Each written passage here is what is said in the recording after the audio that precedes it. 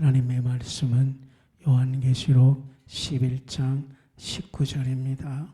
이에 하늘에 있는 하나님의 성전이 열리니 성전 안에 하나님의 언약궤가 보이며 또 번개와 음성들과 우레와 지진과 큰 우박이 있더라. 아멘. 하늘에 있는 하나님의 성전이 열립니다. 이러한 제목으로 말씀을 전하고자 합니다. 정말 진심으로 하나님을 예배합니다. 하나님을 예배하는데 방해하는 모든 세력들은 주님의 보혈로 잠잠합니다. 무엇보다 성령을 통해서 하나님을 예배하도록 모든 전체 기관이 살아납니다. 이 세 가지의 믿음으로 화답하고 무엇보다 성령을 통해서 하나님을 경외하고 예배할 수 있도록 모든 기능들이 활짝 열리게 하다는 그런 마음으로 섰습니다.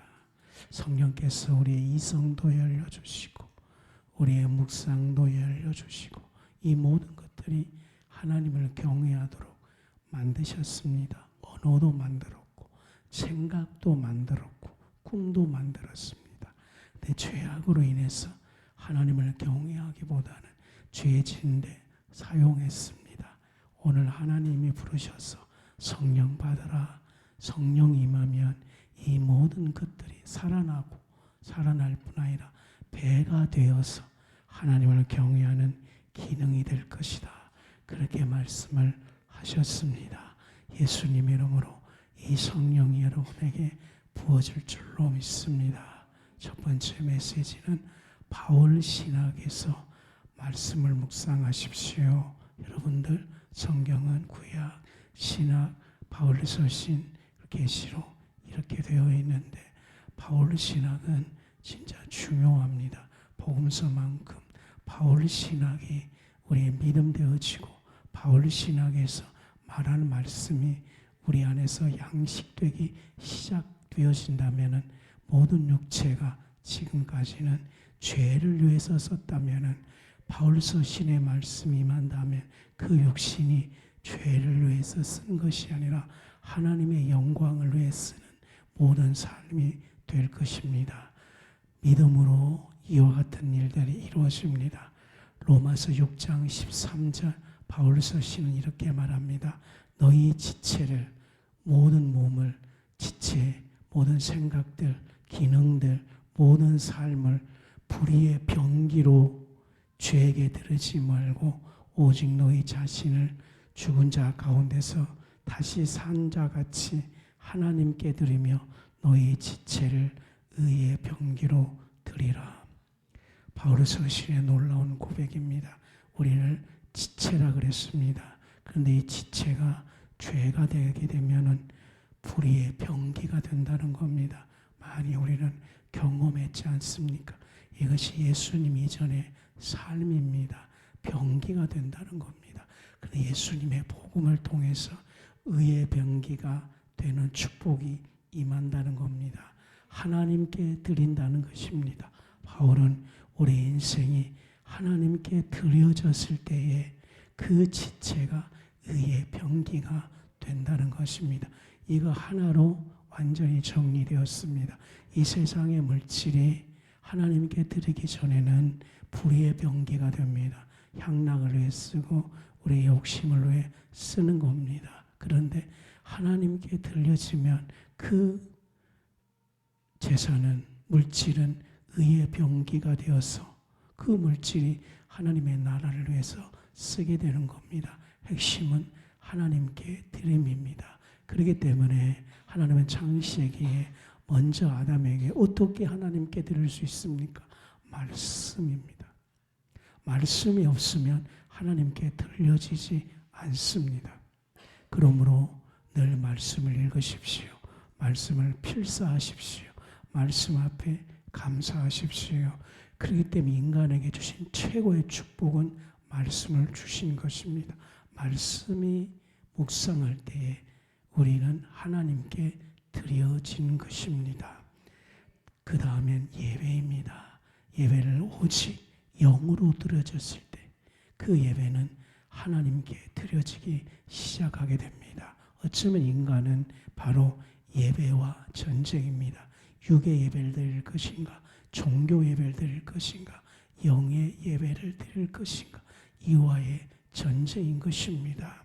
우리의 전쟁은 사단과의 전쟁이 아닙니다. 하나님께 올바로 제사를 드리고 예배를 드리기 위해서 끊어버릴까 끊어버리고 파쇄할까 파쇄하고 무엇보다도 돌파가 이루어져야 되는 것입니다. 성령을 통해 돌파가 되면 그것이 영의 예배가 되는 것입니다. 우리의 약점이 있죠. 그 약점이 죄에게 노출되면 그것은 불의의 병기가 되지만 그 약점이 하나님께 드리기 시작하면 그것은 의의 병기가 되는 것입니다. 그러므로 갑자기 사소한 염려가 생긴다. 조금 염려가 생긴다.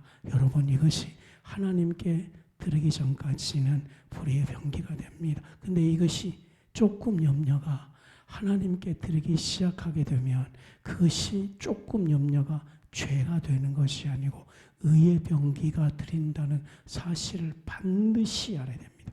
약점이 문제가 아니고 그 약점이 하나님께 드려졌을 때, 그러므로 어떻게 하나님께 드릴 수 있습니까? 염려가 바로 생기면 그 염려를 죽이려 하지 마십시오. 염려를 죽이려 하지 마십시오. 어떻게 해요? 즉시 하나님께 드림으로 가야 됩니다. 어떻게? 하나님 염려가 왔어요? 그러면 어떻게 드려집니까? 하나님을 높입니다. 염려가 오면 하나님을 찬양합니다. 염려가 오면 하나님, 저는 이 염려가 주인이 아니고 하나님의 주인이십니다. 이렇게 하나님 것을 고백하면 그것이 하나님께 들려진다는 것이죠. 하나님 없는 사람들은 어떻게 그 염려를 없애기 위해서 많은 방법들이 있죠. 심리학 뭐 이런 것들. 우리는 거기에 노출되면 안 됩니다. 하나님께 드렸을 때 이거의 바울 신학의 놀라운 상담입니다. 하나님께 드리십시오.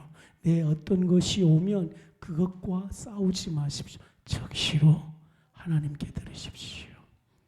하나님을 사랑합니다. 하나님을 높입니다.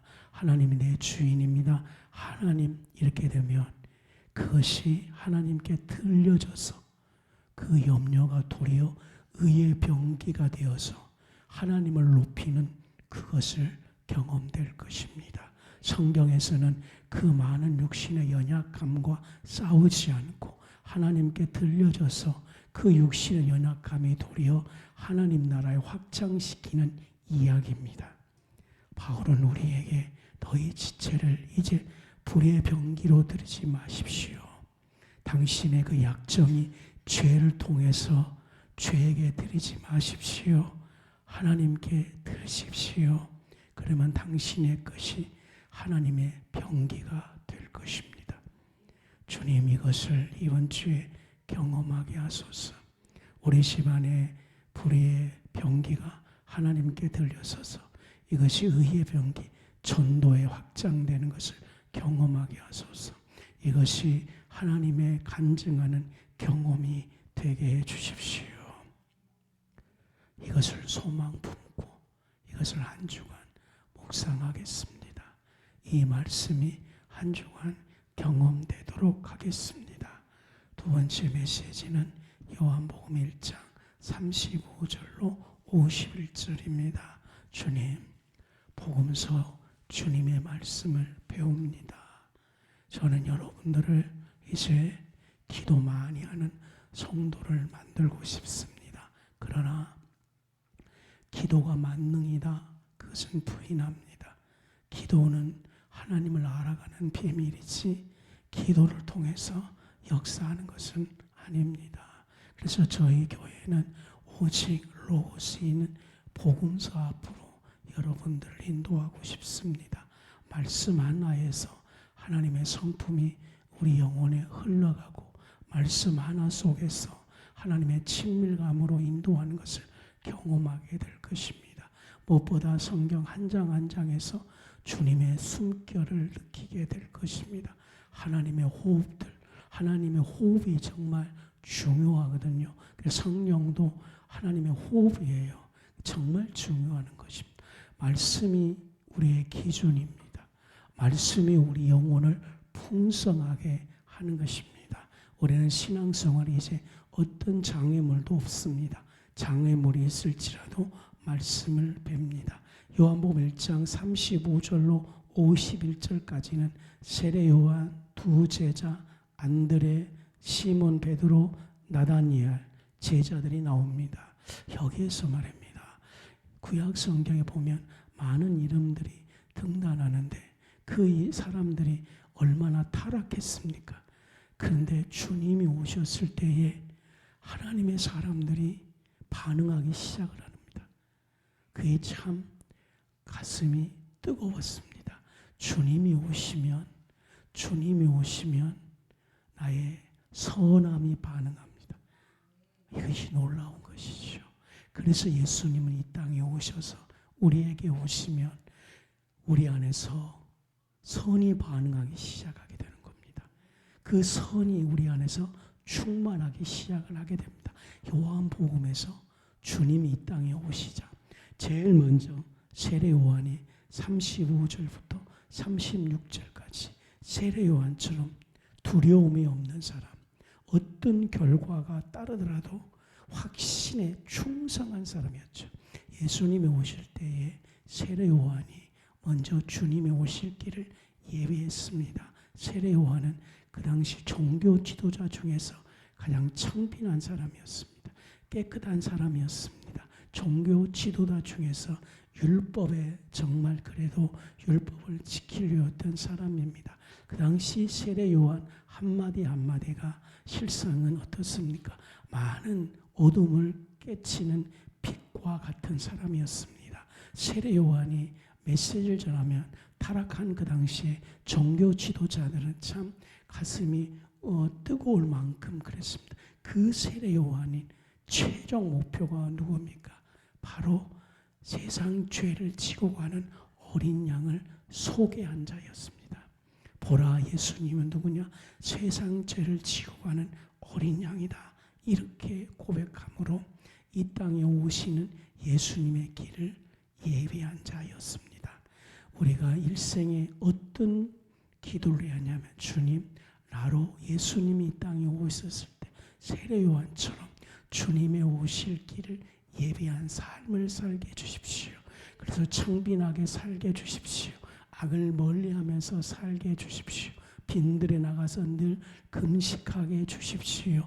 거기에서 음식을 탓하지 아니하고 정말 소수의 음식을 먹게 해주십시오. 이럴 때 사람들이 세례 요한을 칭찬할 때 이 한마디를 외치십시오. 예수님이 어린 양입니다. 보라, 세상 죄를 지고 가는 어린 양이로다. 이 말이 파괴력이 강했습니다. 이 말이 이스라엘 온통 회중 속에 울려 퍼졌습니다. 우리도 세례 요한처럼 이런 삶을 살도록 주님에게 간구하십시오. 그러면 주님이 오셨을 때에 주님을 오실 길을 예비한 자가 될 것입니다. 두 제자 안드레와 요한입니다. 요한복음 1장 37절로 39절을 한번 가보겠습니다. 봉독해 주십시오. 두 제자가 그의 말을 듣고 예수를 따르거늘 예수께서 돌이켜 그 따르는 것을 보시고 물어 이르시되 무엇을 구하느냐? 이르되 랍비여 어디 계시오니까 하니 예수께서 이르시되 와서 보라. 그러므로 그들이 가서 계신 데를 보고 그날 함께 거하니 때가 10시쯤 되었더라. 두 제자 주님이 와보라, 이런 주님의 도전을 받아들인 사람이었습니다. 와보라, 주님의 도전을 받아들인 사람. 성경에 많은 주님의 도전의 말씀으로 우리를 초대하셨습니다. 우리는 육에 진 인간이지만 하나님은 우리를 육을 이길 수 있는 영의 사람으로 도전 준 말씀이 너무나 많습니다. 복음서에서는 치유의 말씀도 있지만 도전의 말씀이 많습니다. 이 두 제자는 이 도전의 말씀을 그대로 받아들이고 순종한 자였습니다. 우리 이 두 제자처럼 성경을 보면서 주님의 도전이 있어요. 이 도전 앞에 기꺼이 초청할 때, 와보라 이렇게 초청할 때 거부하는 거부의 영을 돌파하고, 회의하는 회의론자의 마음을 깨트려 버리고 안 될 거야 이런 불신앙을 깨버리는 것이 바로 도전에 순종하는 것입니다. 또 마음속에 자꾸 믿어지지 않는 마음까지도 예수님의 이름으로 가감하게 끊어버릴 때에 두 제자처럼 도전의 말씀에 와보라 이 초청에 기꺼이 응할 수 있는 믿음의 사람이 되어야 됩니다. 세례 요한, 그 다음에 두 제자, 그 다음에 45절부터 46절 봉독해 주십시오. 빌립이 나다나엘을 찾아 이르되 모세가 율법에 기록하였고 여러 선지자가 기록한 그 일을 우리가 만났으니 요셉의 아들 나사렛 예수니라. 나다나엘이 이르되 나사렛에서 무슨 선한 것이 날 수 있느냐. 빌립이 이르되 와서 보라 하니라. 세 번째 사람은 안드레와 빌립입니다. 이 뭐냐, 모세의 율법, 즉 구약 성경이 뭔지 알고 로마서의 믿음으로 구원받는 대속의 원리를 아는 자입니다. 십자가의 은총을 아는 자이죠. 모세의 율법은 그리스도를 가리킵니다. 모세의 율법은 죄를 가리키는 겁니다. 그런데 이 안드레와 빌립은 어떤 사람이 되냐면 모세의 율법을 완성하신 그리스도를 증언하고 있는 겁니다. 그리스도의 오실 길을 예배한 자는 모세의 율법을 죄라는 것을 알고 그 죄를 대속하는 것이 십자가임을 아는 자가 안드레와 빌립입니다. 성도 여러분, 안드레와 빌립의 믿음을 가지십시오. 모세의 율법이 아니라 그리스도의 십자가 은혜. 그러므로 하나님의 오실 길을 정말 기쁨으로 맞이하는 신장은 일생 동안에 모세의 율법을 알 뿐 아니라 모세의 율법을 대속하는 그리스도를 아는 자입니다. 대속의 십자가를 아는 자인 것입니다. 그게 바로 안드레와 빌립인 것입니다. 모세의 율법을 네가 뭘 찾느냐 그랬습니다.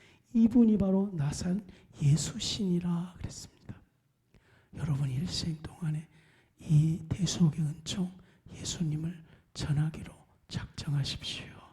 아직도 모세의 율법 가운데 신앙에 방황하고 아직도 모세의 율법을 통해서 하나님을 알라고는 어리석은 것들 다 없애버리고 나사렛 예수시다. 그러면 그것이 안드레와 빌립이 되는 것입니다.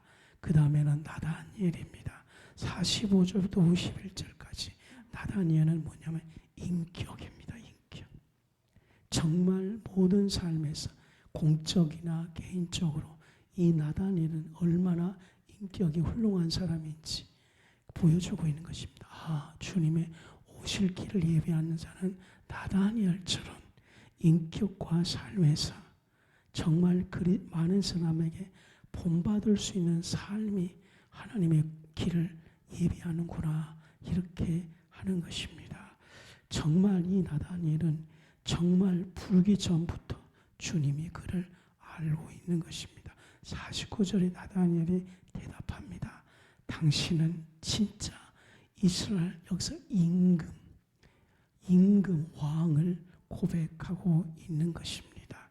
그러자 예수님께서 네가 이것을 믿느냐 이보다 큰 일을 본다 그랬습니다. 어떤 것이 뭐냐면은 하늘이 열리고 하나님의 사자들이 인자 위에 오르락 내리락 하는 것을 보리라 그랬습니다. 참된 믿음의 삶 나다니엘, 진짜 영성의 사람 나다니엘, 예수의 보혈로 깨끗한 나다니엘, 성령의 말씀으로 순종한 나다니엘, 그 나다니엘 안에서 하나님 즉 그리스도를 임금으로 고백할 때 주님은 이 나다니엘에게 놀라운 믿느냐 큰 일을 보리라. 여러분, 우리는 믿습니다. 주님이 말합니다. 큰 일을 보리라.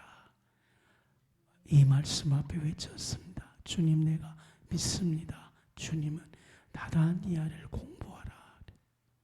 그처럼 그 믿음이 되어봐라. 그러면은 믿는 그 로마서의 믿음이 너가 큰 일을 보리라. 이 말씀에 도전하십시다. 큰 것을 보리라. 이 얼마나 놀라운 우리에게 말씀을 주신 것입니까? 그러니까 한 주 동안 주님, 내게 나다니엘이 되어서 믿는 것처럼 큰 일을 보게 해주십시오. 큰 꿈을 갖게 해 주십시오. 하나님의 이거를 보게 하면 51절에 그 말씀이 열려서 우리 안에 하나님의 영광을 보게 할 것입니다. 오늘 저는 두 번째 복음서에서 주의 말씀을 봅니다. 한 사람 한 사람 어떤 신앙을 가지며 어떤 믿음을 가지며 어떤 태도를 가지며 어떤 마음가짐을 갖는지 무릎 꿇고 주님, 나로 이 믿음의 사람 되기 원합니다. 이 태도를 갖길 원합니다. 이 마음가짐을 갖길 원합니다. 주님, 이 사람처럼 되길 원합니다. 하면 주님이 오셨을 때에 그 사람과 함께 하나님의 영광을 나타낼 것입니다. 주님은 혼자가 아니었습니다. 믿음의 사람들이 있었습니다. 지금 다 살펴보십시오. 흑암이라고 생각합니까? 아닙니다. 지금 이 성경 구절에 나와 있는 것처럼 이 시대의 믿음의 사람들이 온 땅에 있는 것입니다. 주님이 오시면 그 사람과 함께 하나님의 나라에 들어가게 될 것입니다. 이것을 마음속에 꿈꾸고 이것을 바라보고 이 생각 속에 빠지다 보니까 이 세상의 일들이 어린아이처럼 보이고 어린아이 일처럼 보이기 때문에 뒷짐 주고 충분히 훈수를 딱 하면서 할렐루야 같이 개입하면 막 같이 싸우거든요. 근데 뒤에서 물러나면 그것이 다 보이거든요. 한 수, 두 수, 세 수, 할렐루야. 여러분의 인생도 한 수, 두 수, 세 수 그런 믿음이 우리에게 올 줄 믿습니다. 같이 엉켜지면 막 같이 엉켜져가고 막 머리 잡아 당기고 살리 중립 이거 아니면 뭐 다 망할 걸로 보이죠. 이 사람 뽑히면 다 망할 걸로 보이죠. 이건 어린아이는 뒤에서 하나님의 믿음을 가지면 훈수를 주면서 이렇게 하십시오. 이렇게 안 되면 제가 하나님께 기도하겠습니다. 이런 믿음이 오시기를 바랍니다. 한 수, 두 수, 훈수 둘 수 있는 믿음이 생기기를 바랍니다. 저에게 이 믿음이 오니까 진짜 행복해요. 그전에는 무슨 문제가 있으면 거기에 막 빠져가시고 이것이 아니면 망한 것처럼 보였는데 이 믿음이 오니까 이제는 멀리 떨어져 보면 그것이 그렇게 쉬워요. 우리 하나 되십시다. 우리 감사하십시다. 내가 조금 양보할 테니까 그렇게 하십시다. 뭐 이렇게 되는 역사가 있었습니다. 아무튼 큰 일을 보리라. 제가 두 번만 하겠습니다. 큰 일을 보리라. 큰 일을 보리라. 세 번째 요한계시록을 통해서 우리가 요한계시록 아까 11장으로 갔죠. 11장에서 19절 봤지 않습니까? 에덴 동산에서 아담은 말씀을 순종하지 못함으로 예배에 실패했으나 반모섬의 요한은 복음을 통해서 진정한 예배로 들어갔습니다. 요한계시록은 뭐냐면은 제가 말했지 않습니까? 예배의 전쟁이라고. 예배가 하나님께만 드려지면 그것은 다 끝이거든요. 죄는 예배를 방해하는 것입니다. 에덴 동산에서는 아담은 예배에 실패했습니다. 뭐 때문에? 말씀에 순종하지 않음으로. 근데 요한은 반모섬에서 에덴 동산하고 반모섬은 차이가 10,000분의 1일 거예요. 환경이. 에덴 동산은 죄인이 아닌 상태에서도 예배에 실패했어요. 반모섬은 인간이 갈 수 있는 최 안 좋은 환경입니다. 요한의 유대성이 아니라 복음의 유대성이에요. 복음을 붙들으니까, 즉 예수님을 붙드니까 거기서 뭐 곡식 예배, 뭐 피제사 뭐이 아니고요. 복음의 영광입니다. 요한이 복음을 붙잡으니까 요한도 별 볼 일 없는 사람입니다. 요한을 높이지 마십시오. 사람은 똑같습니다. 근데 요한은 뭐가 들렸냐면은 그리스도를 붙잡는 겁니다. 십자가 은총 안에 있는 것이. 그러자 인간이 다다를 수 있는 최악의 반모섬에서 요한은 영광스러운 예배를 드렸던 것입니다. 그 요한복음 11장에 우리가 16절로 쭉 보면 그 천상 예배로 불러 올라가는 것, 지상에 있으면서. 그래서 저는 복음의 영광을 찬양하게 되었습니다. 그래서 저는 반모섬 같은 이 환경, 지금이 반모섬 같은 환경인 것입니다. 누차 말했습니다. 환경과 싸워서 이기지 마십시오. 우리의 게으름과 싸워서 이기지 마십시오. 이미 죄 짓기 전에 아담은 졌습니다. 근데 우리는 어떻게 우리를 이긴다는 말입니까? 복음, 예수님. 그러므로 어떤 일이 있을 때 무조건 예수님을 부르십시오. 저의 방법은 예수님 찬미합니다. 예수님 찬미합니다. 95%의 기도는 예수님 찬미합니다. 예수님 찬미합니다. 어차피 못 이겨. 내가 살아봤어. 우리 집사람과 살아봤어. 대화해봤어. 내가 한 번도 설득시킨 적 없었어. 안 돼. 이제 알았어. 안 되는 것은 안 되는 거야. 그런데 언제부턴가 됐어요.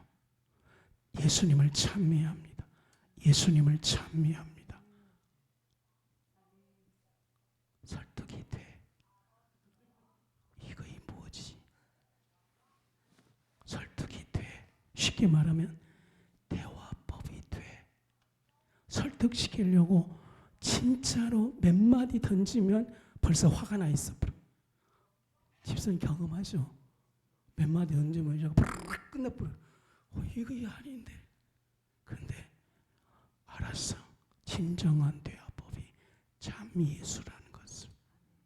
예수님을 찬미하고 그래서 이야기를 하면 반응이 좋아. 아, 이게 되는구나 이것이. 더 해보았어. 돼. 아, 이 좋은 기술을 왜 내가 안 했을까? 그래서 더 이상 저의 연약함을 변화시키지 않고 연약함이 발견되면 즉시로 맞습니다. 저라는 존재가 맞습니다. 저도 이걸 알기 때문에 그때 저를 지적하면 이것을 숨기려고 바로 화내기도 하고 덮으려고 했지만 지금은 받아들입니다. 참 예수를 막 외치기 시작하면 수치가 되는 것이 아니고 부끄러운 것이 되는 것이 아니고 그 연약함 가운데 이걸 통해 하나님이 사용하시고 있다는 것을 알고 하나님께 감사합니다. 하나님께 감사합니다. 이것이 반모섬에서 했던 요한의 믿음입니다. 그러니까 반모섬에서 요한을 약점을 공격하면 대항하지 않고 즉시로 찬미 예수, 찬미 예수 이렇게 외치니까 희한하게 그 연약함을 통해 성령의 기름 부음이 흘러넘친다는 것입니다. 결론적으로 말하면 우리의 가장 연약한 부분을 사단은 강하게 물 것입니다. 그럴 때 인정하십시오. 그럴 때 싸우지 마십시오. 하나님을 경외하십시오. 이것이 바로 요한계시록의 예배에 승리한 요한인 것입니다. 그러니까 창세기에 아담은 예배에 실패했으나 요한계시록의 마지막에 요한은 찬미 예수로 예배를 성공했다는 것입니다.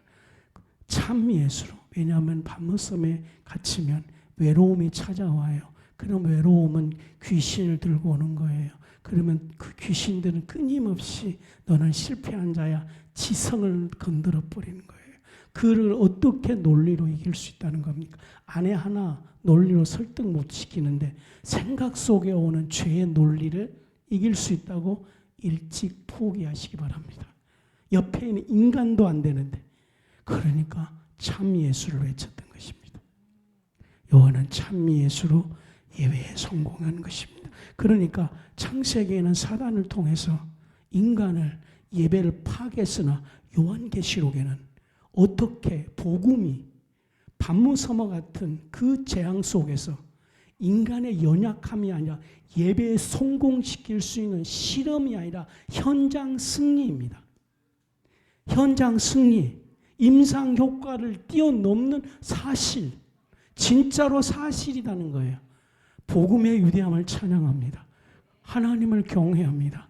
주 예수를 높입니다. 어느 정도냐? 19절에 그 요한계시록 11장 19절을 모르면 여러분들 요한계시록 모르는 거예요.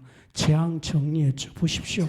하늘에 있는 요한에게 반모섬에서 참 예수로 진정한 예배가 회복되니까 하나님은 요한에게 땅에 있는 동안에 그에게 문을 확 열어서 어디까지 인도하냐면 하늘에 있는 하나님의 성전. 끝났습니다. 성막은 뭐의 그림자? 참 성막의 그림자. 그것이 성막이에요. 그 성막이 어디 있어요? 하늘에 있는 하나님의 성전입니다. 여러분들은 천국은 지금까지 하늘로만 알으셨죠. 하늘 안에 있는 것이 바로 하나님의 성전인데 그것이 반모섬에서 복음을 통해 참 예수를 외친 인간에게 가장 연약한 반모섬, 여러분의 지금 연약함이 어디예요? 반모섬이다니까. 거기에서 복음으로 예수를 외치면 하늘에 있는 하나님의 성전이 열리는 것이 실험이 아니고 사실 현장에서 열리게 된다는 겁니다. 그것이 계시록이에요. 그러면 끝이에요. 끝났습니다, 여러분. 계시록 끝. 하늘에 있는 하나님의 성전 열리니 그 성전에는 하나님의 언약궤가 있다는 거죠. 할렐루야입니다. 하늘에 있는 하늘의 성전 안에는 하나님의 언약궤가 있다. 하늘에 있는 성전이죠. 이건 요한계시록 7장에 나와 있고요. 이 성전, 이 천상의 성전입니다. 근데 천상의 성전이 요한에게 열리는 것입니다. 아니 구약의 성전, 구약의 성막, 그 다음에 구약의 뭐예요? 그 성전, 그 다윗이 지었던 성전, 그것도 참 성전의 그림자예요, 그림자. 성전, 그런데 반모섬에서 진짜 예배에 성공하자 하늘에 있는 하나님의 성전이 요한에게 열렸다는 것이죠. 얼마나 이 장면을 보고 하나님을 경외했는지, 얼마나 이 하늘에 있는 이 성전이 문을 열리고 있는 걸 보고 얼마나 예수님을 높였던지. 지상에서 있는 동안에 아담은 실패했으나 요한에게서는 성공한 이 성막의 성전이 우리에게 열리게 해달라는 것이죠. 그 성전 안에 세 가지 하나님의 언약궤. 더 놀라운 것은 번개가 거가 있답니다. 시간이 없으므로 해석 안 함. 번개, 음성, 우레, 지진, 큰 우박들. 번개와 음성, 우박. 이거는 현상과 자연을 통해 하나님의 임재와 권능, 위엄을 보여주신 것입니다. 이것은 실상 하나님의 심판한 예고를 보여주고 있는 것이죠. 요한이 이것을 본 후에 신앙이 바뀌었습니다. 삶의 자세가 바뀌었습니다. 예배는 삶의 자세에 바뀐 거죠. 자기 인생이 바뀌었습니다. 놀라운 은총으로 초대하는 것입니다. 그 요한이 예배드릴 때 16절에 보면 천상의 예배거든요. 여기서 뭐가 있냐면은 24장로는 감사의 예배를 드립니다. 감사의 내용은 큰 권능을 잡으시고 왕 노릇하시던도다. 세상의 주관, 더 이상 사단, 세상의 임금에 있는 것이 아니고 왕이신 그리스도에게 있습니다. 천상의 예배의 고백입니다. 미래에는 예수께서 왕노를 하며 통치하실 것에 대한 감사 찬양입니다. 천상 예배는 감사 찬양밖에 없습니다. 그러니까 뭐를 감사 찬양했냐면 사단을 잡는 건 이 계시록에서는 왕노릇 하는 거에 대해서 참 많아요. 그 왜 그러냐면은 인간 창조 목적이 에덴 동산에서 다스리고 정복하라 그랬어요. 근데 아담은 죄로 말미암아 다스리고 정복하지 못했어요. 우리 몸 안에서 선과 악이 있다면 악이 우리의 주인이에요. 그래서 뭐든지 악이 먼저 반응합니다. 우리가 지금 정치가 왜 힘드냐면 악이 먼저 반응해서 악이 어떻게? 염려로. 그러니까 누가 되면 대한민국이 망할 것 같아. 염려가 먼저 반응하기 때문에. 그러니까 서로가 조화가 안 되는 거예요. 왜냐? 네가 되면 망하는데 당신의 말이 듣기 싫어. 그렇게 되면은 서로 대화 안 되고 서로 조화가 안 되는 거예요. 그렇죠? 그와 마찬가지로. 근데 선이 반응하기 시작하면, 선이 우리 안에서 주인 돼서 왕노를 하게 되면은 염려가 생기는 것이 아니라 더 신뢰가 되는 것이거든요. 그러면 서로 조화되고 하나가 될 수 있어요. 물론 정치는 육으로 되는 건 어렵지만 이 땅에서 모든 가정들이 문제는 악이 우리를 잡고 있기 때문에 그렇습니다. 그런데 진정으로 예수님이 우리 안에서 왕노를 하기 시작하게 되면 거듭날 때에 하나님의 성품을 우리 안에 심령에 주었잖아요. 이 성품이 힘을 발휘하지 못하고 있어 지금. 뭐가 발휘하고 있습니까? 악이 우리를 지배하고 있는 거예요. 근데 천상 예배를 드리면 복음을 통해 진정한 감사의 예배를 시작하면 그리스도를 찬양하기 시작하게 되면 우리 안에서 주님이 숨겨놓고 거듭나게 하신 하나님의 성품들이 크게 자라게 될 것입니다.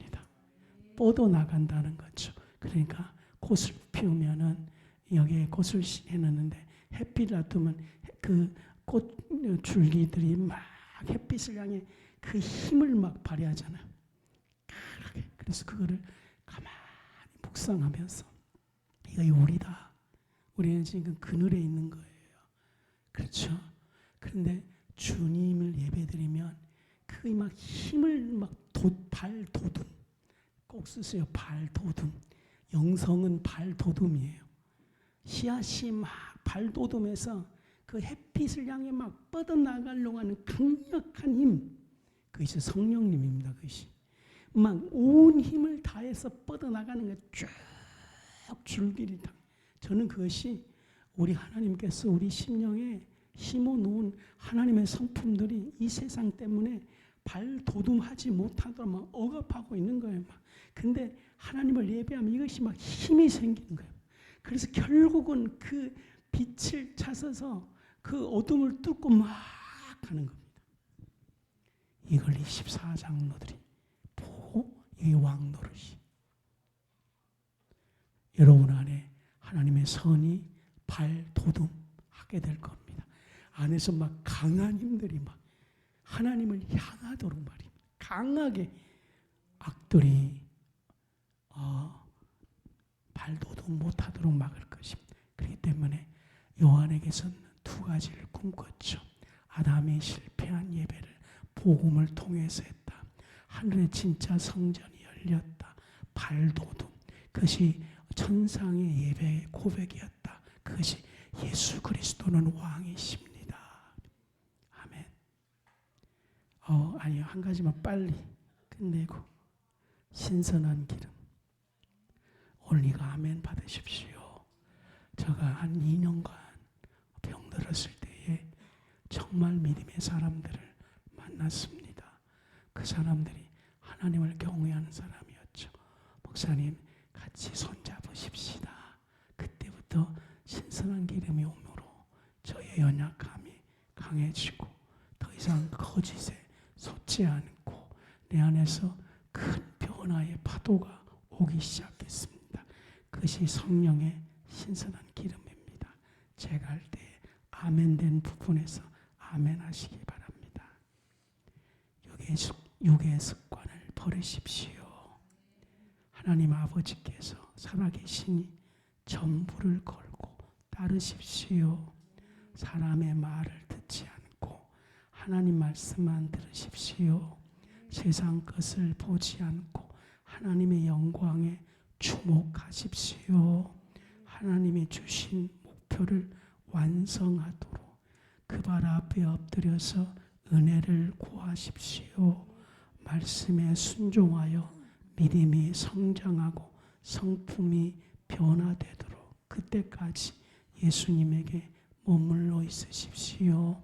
하나님이 주신 감사가 충만해지도록 감사의 일기를 꼭 쓰십시오. 예수님이 당신에게 겸손을 주셨으므로 교만은 당신 것이 아니므로 교만함을 예수님의 이름으로 파쇄하십시오. 예수님의 거룩함을 주셨기에 지금 당신에게 있는 더러운 기질들은 당신의 것이 아니므로 이렇게 고백하십시오. 그것은 사단의 것이고 그것은 죄의 것이며 나의 본질은 예수님의 거룩을 내 안에 주셨으므로 나는 거룩합니다. 외치십시오. 거룩의 언어가 되십시오. 거룩의 생각이 되십시오. 거룩의 마음이 되십시오. 왕권을 가진 예수님께서 당신에게 신부의 갑옷을 입혀주셔서 말 한마디로 마귀의 군단을 박살내는 기도의 능력이 지금 임합니다. 왕권을 가진 신부이므로 전신갑주를 지금 입으십시오. 지금 순종하십시오. 지금 아멘하십시오.